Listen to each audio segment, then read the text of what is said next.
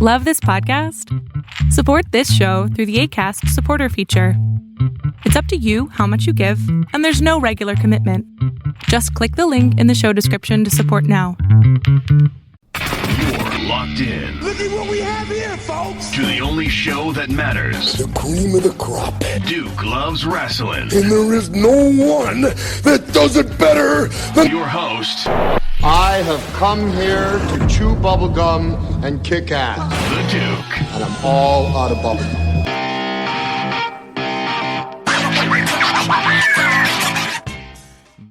Folks, we just witnessed some tremendous history this week, and it happened in AEW.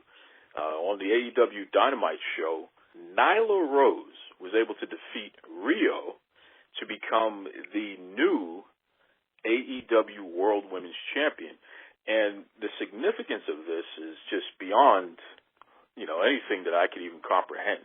I mean, first of all, you're talking about a native black transgender woman, okay, who is one of the top champions in a major North American wrestling company. I mean, come on, 2020. If this is what we're getting in 2020, I want so much more of that. Please keep it coming, because this is just amazing. So I figured, let's kick off the show this week talking about this historic moment, and rather than me just blabbing along by myself, let me grab somebody who actually personally knows Nyla, personally knows what it means to be a woman of color in pro wrestling, and understands the significance on a level that I can never understand. So, without further ado, welcome back to the Duke Loves Rasslin podcast, Nina Monet. What are your initial thoughts of Nyla Rose becoming the AEW Women's Champion? First and foremost, I'm absolutely proud. I literally saw Nyla Rose from the beginning of mine and her career, and I've always seen that she's just somebody who shines, even with her show that she did, even with her career that she's made for herself. That from Valkyrie, from any kind of Northeastern show that she's been on, she's always pushed herself forward. She's always been a better person than people give her credit for. She's always been the nicest human being that I've ever met. And honestly, I'm just really proud to see her doing her thing and finally getting the recognition that she's always deserved. That's a very good point. And I know that no matter where we go, whatever article we're going to read, whatever interview we're going to hear, people are going to do a lot of focusing on the pro wrestler Nyla Rose and all that. But you're talking about the person. And I can tell you, even from personal interactions with her, you're absolutely right. Just legitimately such a not only a nice person, but a pleasure to talk to, because she's just cool. She's cool. She's absolutely interesting. Hearing her life story, she's been somebody that I've always admired. Even when we wrestled in West Virginia, I believe, with Tita Canoe, as well as Congo Kong, we just always had a great conversation, great chemistry. That's somebody who will always take care of you, make sure that you're okay in the ring. If something is too much, pull back, or if it's not enough, push forward. She could always read the crowd. She could always tell what's needed, and I've always appreciated that about her.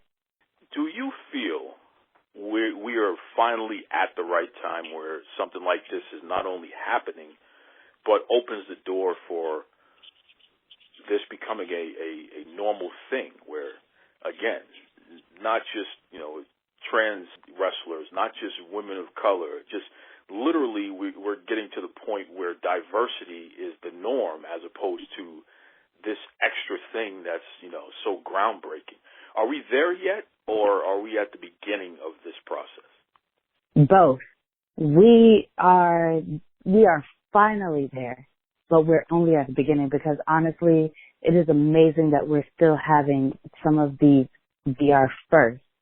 Some of these be our first black rep, our first transgender champion.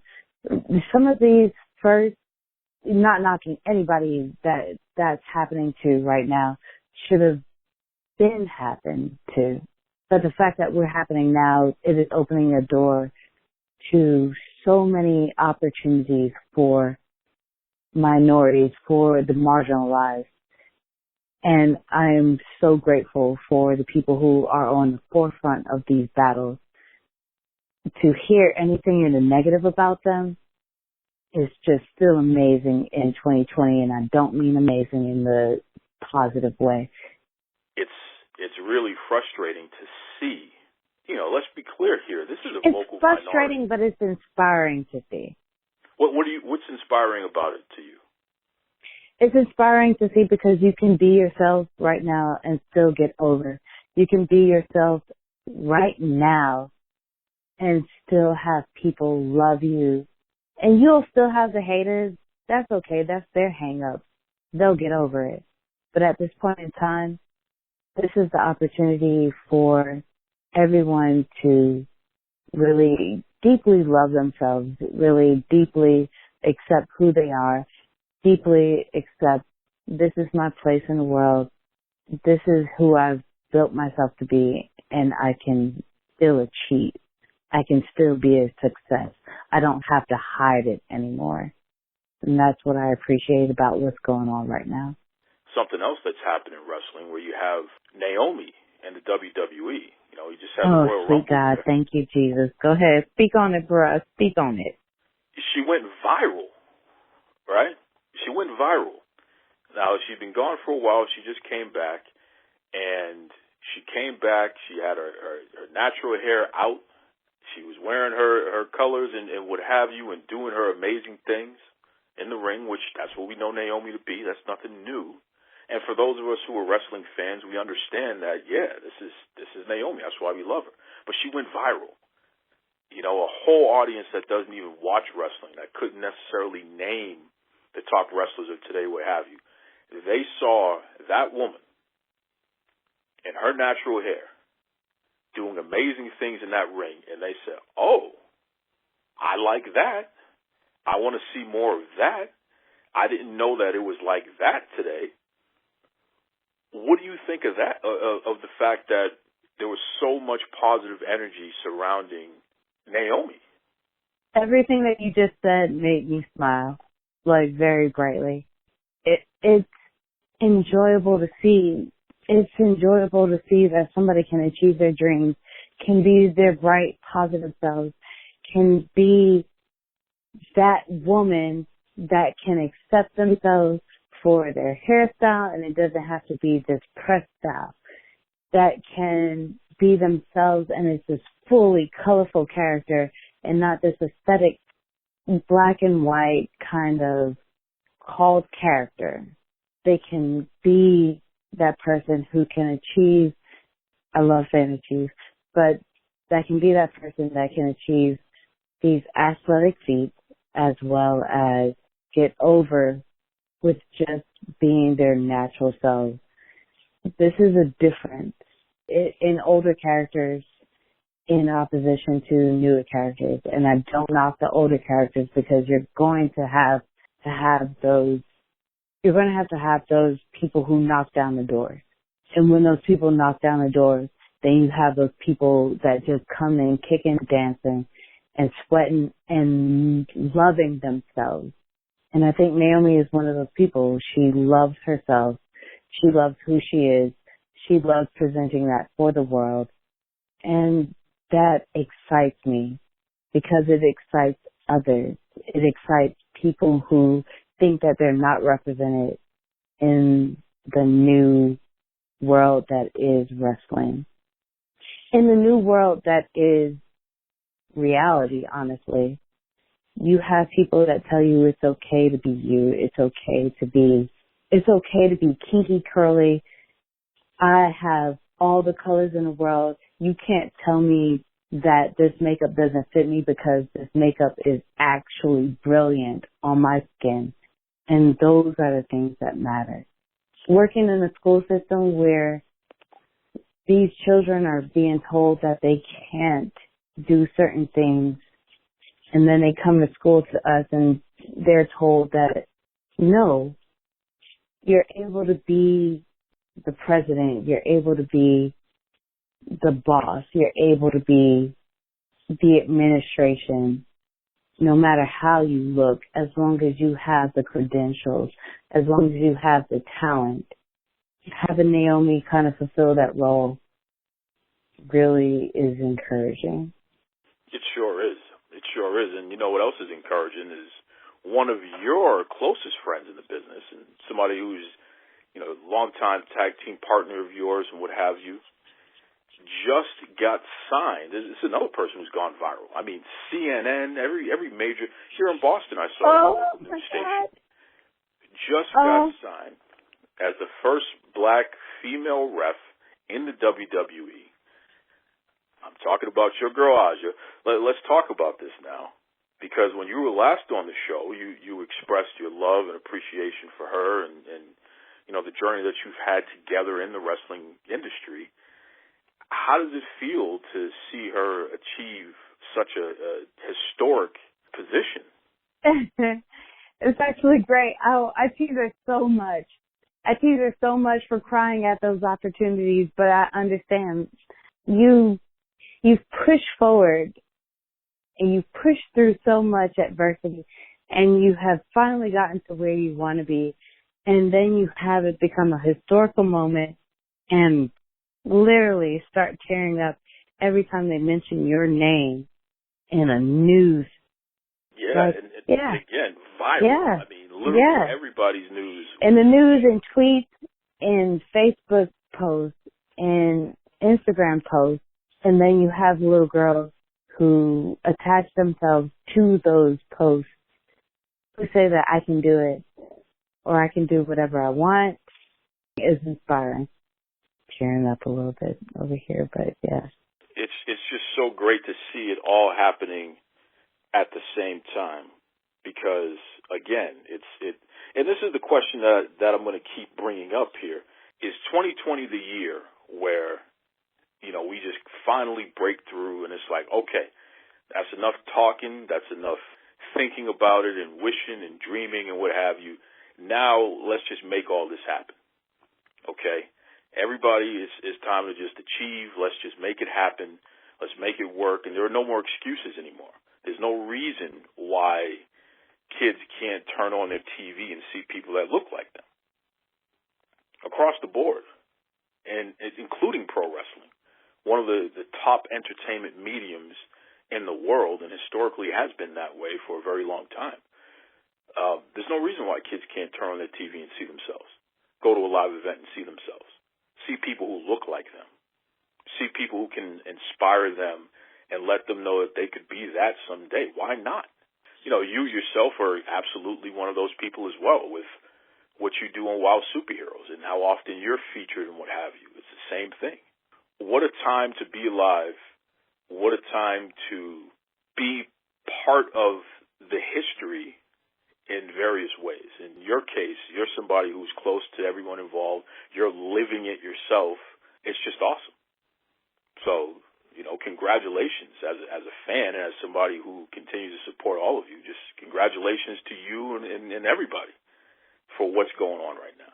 First and foremost, I want to say thank you. The fact of the matter is that, yes, you can see yourself in every aspect of wrestling. You can see yourself, are you that alternative black girl? Are you that raunchy black girl? Are you that ratchet black girl?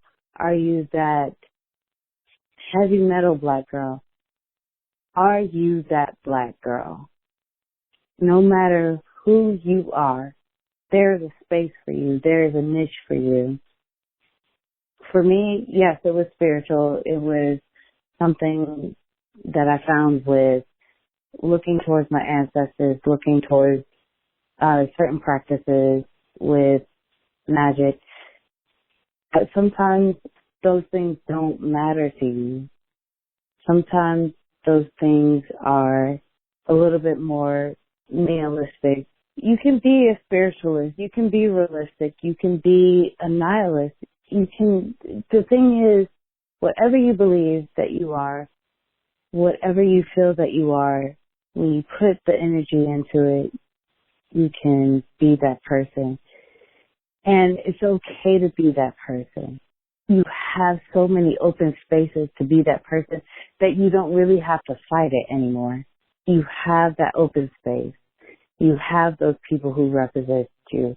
You have those alternative people. You don't have to be caught in a trap, and you don't have to be locked in the box. But you can be who you are, and that still matters. And I think that is the point of all these characters. That is the point of having all these working parts of witches, of vampires, of werewolves, of just straight up a bad-ass bitch, which I completely enjoy Bianca's character for that. And you could be those people. You could believe in those people. And you could believe in yourself. And it creates a theory around your character. It creates a theory around who you are that you can hold on to and really live out that dream. Damn right. Listen, you always have such great energy and thoughtful things to say, and I know that part of that is the educator in you, and you were born that way. I know that there's someone listening right now who would love to follow you online and continue to follow your career and what have you. Let everybody know. Plug your social media. What's the best way that people can keep up with what's going on with Nyla Monet? Absolutely. So my Twitter is at Monet_Nyla. You'll get the honest version of me. The other Twitter is wow_voodoo. That'll be a little bit more of the character of me who is the extravagant version of me. And on Instagram, you have the most honest of me, which is the Negrodamus_02. As always, we appreciate you, Nyla. Again, thank you, and I look forward to seeing what's going to happen next with you out there in the wrestling world and beyond. I look forward to seeing how this went, and I also look forward to seeing how everyone else handles the information that they've received. Welcome back to Duke Loves Rasslin, the show about pro wrestling and everything else. How cool was that, everybody? I mean, literally to have that great conversation with the fantastic Nyla Monet, Siren the Voodoo Doll over in WoW Superhero. She is just so great. And, you know, it's always good when you're able to speak with somebody who knows the parties involved. And even in her case, where she's experiencing a lot of these fantastic changes that are happening in the pro wrestling industry, it's really a breath of fresh air every chance I get to connect with her, and to hear the love and the admiration and appreciation for Nyla Rose, and it's great. It's great. And I'll tell you, folks, and I know that I mentioned it during the conversation with Nyla, but I've had some interactions with Nyla, and she's just been nothing but a fantastic, really cool person to talk to. I mean, just laid back, engaging. You can tell that she is a person that, you know, it's easy to root for her. It's easy to get behind her. So it's great to see that her hard work is paying off and that she's become the all-elite wrestling women's champion. I can't believe I'm saying that because it's been such a long road. But again, congratulations to Nyla Rose. Just fantastic accomplishment and well earned, well deserved. And I'll tell you, I encourage everybody, if you get a chance, check that match out if you haven't seen it already. What she did with Rio is it was something to see. So the question now becomes, where do we go from here? You see somebody like Britt Baker, who is establishing herself as probably the top heel in All Elite Wrestling. You have somebody like Big Swole, who has come out and she has just set the world on fire. Fantastic baby face, definitely somebody you can get behind. There's still Chris Statlander, who has some amazing size and ability in her own arsenal there. And she's definitely somebody that I don't take lightly one bit. Sheeta, who's just exciting, and she's probably pound for pound, if she's not the best wrestler in the division, she's certainly in the discussion top 3, because there's so much that she can do, and we haven't even seen it all yet. I'm very familiar with what she's done in Japan, folks, and I'm telling you, she is something to behold as well. So there were a lot of great challenges for Nyla, but if this thing is going to work, you need to have a dominant champion. And I'm just going to say it out loud, I don't want to see Nyla Rose take another bump anytime soon. She should not be falling on her back. She should not be getting German suplexed and Northern Lights suplexed and all this other nonsense. That should never happen with Nyla Rose. I'll just tell you right now, that should never happen with Nyla Rose. It just doesn't make any sense. She's an unstoppable force. She doesn't need to leave her feet unless she wants to when she's delivering that devastating knee drop from the top rope. But other than that, we don't need to see that. Let's build this thing right, man. And I think that AEW is finally on a path that, for me as a wrestling fan, this is just my perspective here, but for me as a wrestling fan, I'm starting to actually appreciate more what they're bringing to the table here. Things like kicking off their night with an actual wrestling match instead of a long promo. Enough with the long promo crap. Let's get to the action, man. I still want to see more women's matches featured on Dynamite. That still needs to happen. Still a little peed off with the fact that that's not happening enough.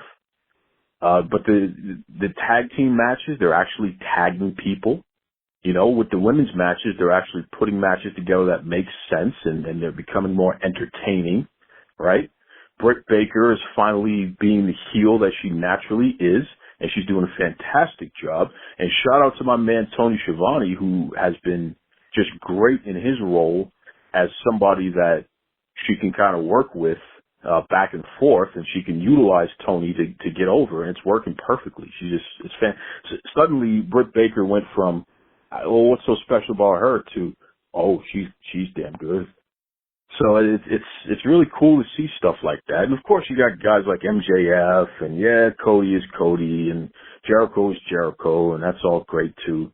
But there are a lot of exciting things going on in All Elite Wrestling, and I think that somebody like Nyla Rose, you just have to position her in a manner that makes sense. Easy to follow. It makes sense. Dominant champion, beating the hell out of everybody. Who's going to be the one to defeat her? And then finally you build up somebody and then they come in and it's like, I don't know if they can defeat her. And then now you got a rivalry going on and who knows where it can go from there. I think somebody like Big Swole, she gave Nyla a run for her money. I think Big Swole could be that person that could build up and get that title shot and potentially take that title from Nyla. You never know. But is that going to happen anytime soon? Hell no. You're going to have to pry it out of Nyla's dead hands there. But I'm just telling you, man, I'm very excited about what's going on here, and kudos to All Elite Wrestling for finally doing something that is like, okay, that is what I expected from this company from day one. That was the stuff that I thought I was going to get when you started. Okay, that feels good. I can roll with that. Yeah, good stuff. Good stuff. Speaking of good stuff, listen, there's a guy on Twitter who gets a lot of attention. Stirs people up a lot and what have you, and it cracks me up. And we had a little bit of a debate about NXT switching to the other Wednesday night show, NXT. And I said, something, this is too good. Let's get him on the show and let's revisit this discussion and go in a little bit more detail. So give me a second here. Let me get my man Hector on the phone and let's do that. We're on the road to WrestleMania, so we all know that. And no matter how you feel about the WWE, they legitimately are like the sun, and a lot revolves around. And it's just so cool because their success has translated into opportunities for so many other promotions, including AEW, for instance, TV deals and things of that nature. And when we talk about AEW and how it relates to WWE, of course, we think about the quote-unquote Wednesday Night Wars, AEW Dynamite versus NXT, which is on USA Network there. A lot of folks have really been dialed into the ratings, the Nielsen ratings, and how each show is doing in comparison to the other. And consistently, based on the Nielsen ratings, AEW has been defeating NXT. Now, folks, you listen to the show, you know that I'm not a big proponent of this whole Nielsen rating stuff. It's not accurate. Nielsen has admitted that themselves, which is why they're updating their system and what have you. But it's all we have to go by for now. So if we're just going to use the measure as is, then yeah, no doubt about it, Dynamite is more often than not defeating NXT.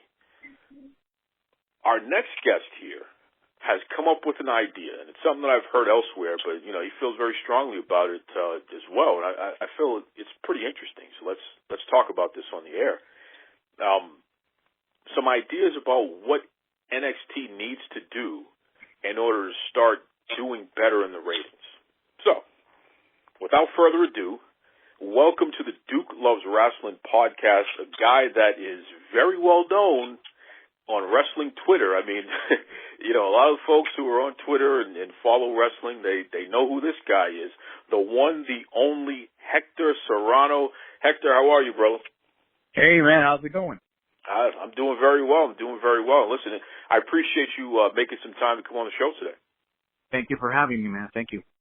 No problem. Listen, Hector, before we even jump into this NXT talk, why do you think you are such a lightning rod on Twitter, especially when you're discussing pro wrestling? I've been watching wrestling for basically most of my life. I'm 41 years old, and I've been watching wrestling since the 80s. I mean, I grew up watching the Golden Era, then we went through the Attitude Era and all the other eras that have come afterwards. I lived something that at that point in time, social media didn't exist, but it was very real. And I'm talking about the Monday Night War. And come on, a lot of people come on social media and say, you have to be a wrestling fan. Let's not kid ourselves. There's got to be a side. You have to take a side. And back at the Monday Night War, it was two. You either with WWF or WCW. And yeah, WCW was red hot for basically, like they say, 83 weeks. I was a WWE fan. I was a WWF fan. I watched religiously. I was watching Monday Night Raw. Yeah, you can catch, I was catching Nitro from time to time because there was a character on Nitro that I was very interested in. I was Sting. And the whole Sting thing. And I remember, I will say it here on your show, I watched Starrcade 97. I watched it, like millions of people did at the time. But right now, we have this Wednesday Night War, and we have social media. And social media could be like, people, they could be toxic. Yeah, it definitely could be toxic. But at the same time, you have to take a side. And I'm a WWE guy. It's not that if you ask me, have you watched AEW? I would say, yeah, I watched it. I have to watch it because I'm not stupid. I have to watch it because I want to know what is going on there. And basically, I don't like it. It's not appealing to me. It's a bunch of people that have come from WWE, always throwing crap at WWE, basically on a weekly basis. And some of the decisions they have made as a company are not appealing to what I watch in WWE.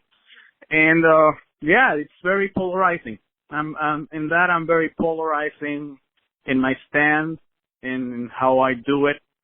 Some people think I'm a gimmick. Yeah, you can call it a gimmick, and I have fun with it. I really do, because it's really funny to watch these guys who think they discovered water with AEW. And AEW, if you look at it from outside looking in, is copying a lot of stuff from all of the other promotions. And you can tell me, yeah, but that WWE was that also. True. Everybody copies everything. But come on, you have to be a little bit more original than that. So yeah, it's a little, I could say it's polarizing. It's fun for me. It's a debate. At the end, it's a debate. At the end, we are only giving our opinions about it. So. Yeah, no doubt about it. And certainly your opinions are very strong, very well thought out, and you present them, and you don't really care how anyone else is going to react to that. And they certainly react. I mean, goodness gracious, a wrestling company should figure out something for you to do, because you get such a strong reaction out of wrestling fans that, you know, you could be a great manager or something. But you brought up something interesting. Online, where you're talking about NXT and what they need to do in order to hopefully do better in the TV ratings or what have you. Tell everybody what your idea is. I mean, I love NXT. I do. I've loved it since day one, the evolution of the brand, the evolution of what it was thought to be developmental only to what it is now. I mean, NXT, to me and to many others, is WWE's third brand. It's an equal brand to Raw and to SmackDown. And to me, NXT needs to get out of Full Sail. It needs to. It has to happen. Because the product is so good. The product is so amazing, if I could use that word, that only for what? How many people can fit in there? 500, 600 persons? I don't know. I really haven't checked that out yet accurately. I mean, I think it's a waste of talent and a waste of a product to have it weekly on that place just because of it. Just because you're on some sort of agreement or a contract, I really don't know. But if you take that and let's say, can you imagine NXT at the Staples Center, or NXT in Madison Square Garden, or NXT in the Amway Center in Orlando? I mean, the bigger arenas where Raw and SmackDown go. Take them really, really on the road and not do these little places anymore. I think that will be impactful, and I think and I believe they can sell them out, because they're going to be. I mean, let's take, for example, just in a couple of days, they're going to be in Portland in a takeover, and that's not going to be in a little arena. It's going to be one of the big arenas, and I know it's going to full. It's going to be full. It's going to be a heck of a card. It's a 6-match card, by the way. I think it's the first time that I see a takeover with 6 matches. So I believe that they have to take NXT out of Full Sail, go full on the road like Raw and SmackDown, and treat it like as it is, a third brand, an equal brand, even I could say sometimes a better brand than Raw or SmackDown, even though Raw, for the past couple of weeks, Raw has been very, very good. We have to work on SmackDown though. But NXT is great. NXT is a great product, and that could give them the edge that they need to win the war. You know, that's a pretty good perspective there. And again, it's not something that I haven't heard elsewhere. In fact, from the beginning, you know, a lot of people, when you watch the two programs, NXT on the USA Network and you watch AEW Dynamite on TNT, it's very clear that Dynamite, the production value is much higher. You know, it's a better looking show. If you would just turn the volume off, I'm not talking about the wrestling or anything like that, just the look and the feel, because as you said, they're in bigger arenas. It's lit up significantly more. Yeah. It's just a different style, so it gives you the feel that you're watching something that's a bigger deal. So I definitely understand the logic there. I just disagree from a business standpoint, though, because when you have a smaller location and a set location where, you know, the fans in the area, they can always get to it, so you know you're always going to have a packed place, so it's going to look full at all times. There's a lot of savings, a lot of costs that you cut out by staying in one place. You know, most of the time when WWE does a live event, especially in America, they're operating at a loss. It's true. It's true. But again, I bring the example of what's going to happen this Sunday on the takeover. That place is going to be packed. That place is going to be loud. That's as every takeover is. That's the beauty and that's the magic of the NXT takeovers. They're so special and so magical, and you hear the crowd. The same chants that you hear at Full Sail are the same chants you hear on those big arenas. It happened after the weekend of Survivor Series. It happened again at Worlds Collide. I think Worlds Collide was amazing. Amazing. I could have said better than the Royal Rumble if it wasn't for Edge's return. But I think it was amazing. It was a big arena. It was a big crowd. It was the same arena used for Monday Night Raw. So they can do it.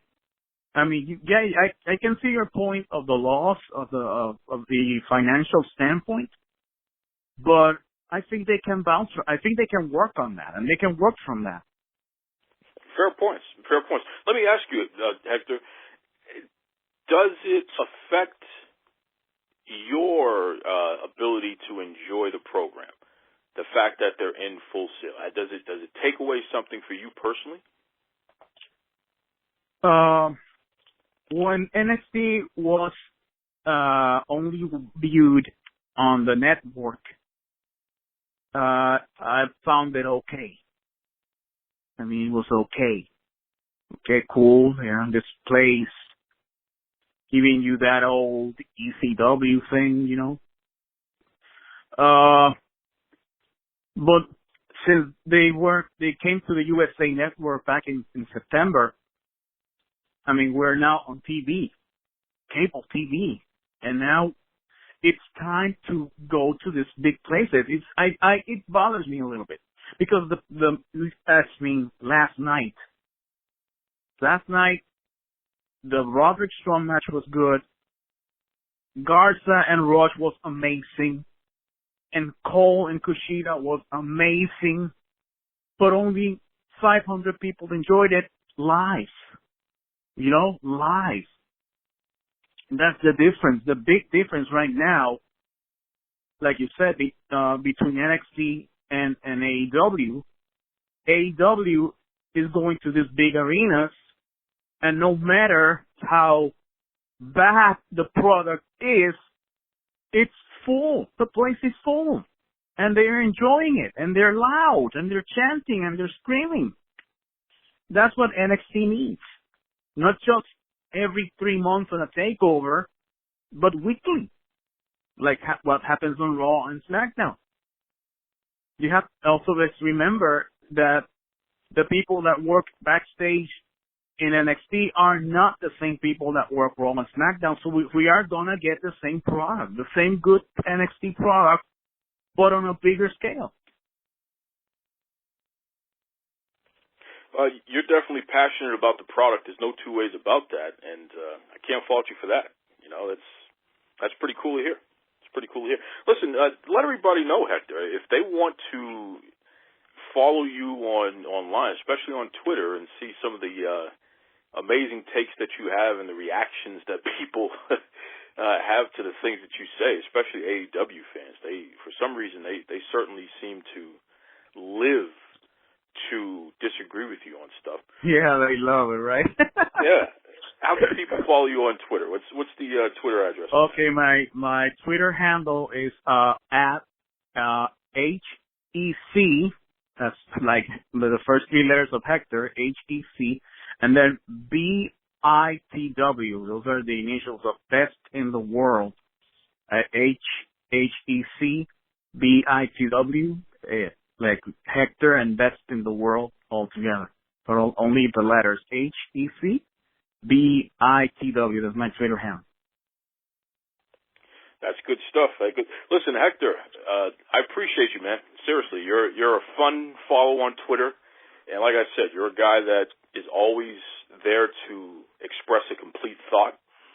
We don't always have to agree on everything, but at least you are a person that has completely thought out the position that you take on any subject, and you're willing to talk about it. And, if we had more people like you, it would be amazing how much we could get done, and we'd probably be fighting a lot less if there were more people that took the time to do the research and have an understanding of their thoughts and not be afraid to express it and also hear opposition as well. Oh man, thank you for having me, and I enjoyed it very much. It's one of my dear passions, so I'm always glad and happy to contribute. That was Hector. I tell you, he's a cool dude, man. He's funny. He's funny and definitely passionate about his love for WWE and especially NXT. And it's an interesting concept. And like I said, he's not the first person I've heard that from in terms of taking NXT on the road and putting them in bigger venues so they look like they mean more. I get it. I don't necessarily agree with it from a business standpoint, but that doesn't mean I'm right. I could be completely off base. Maybe that's exactly what NXT needs. Maybe they'll flourish more if they were positioned in such a manner. So, we'll see. We'll see. But that's one of the fun parts about pro wrestling, folks, is that there's this whole fantasy booking thing that goes on.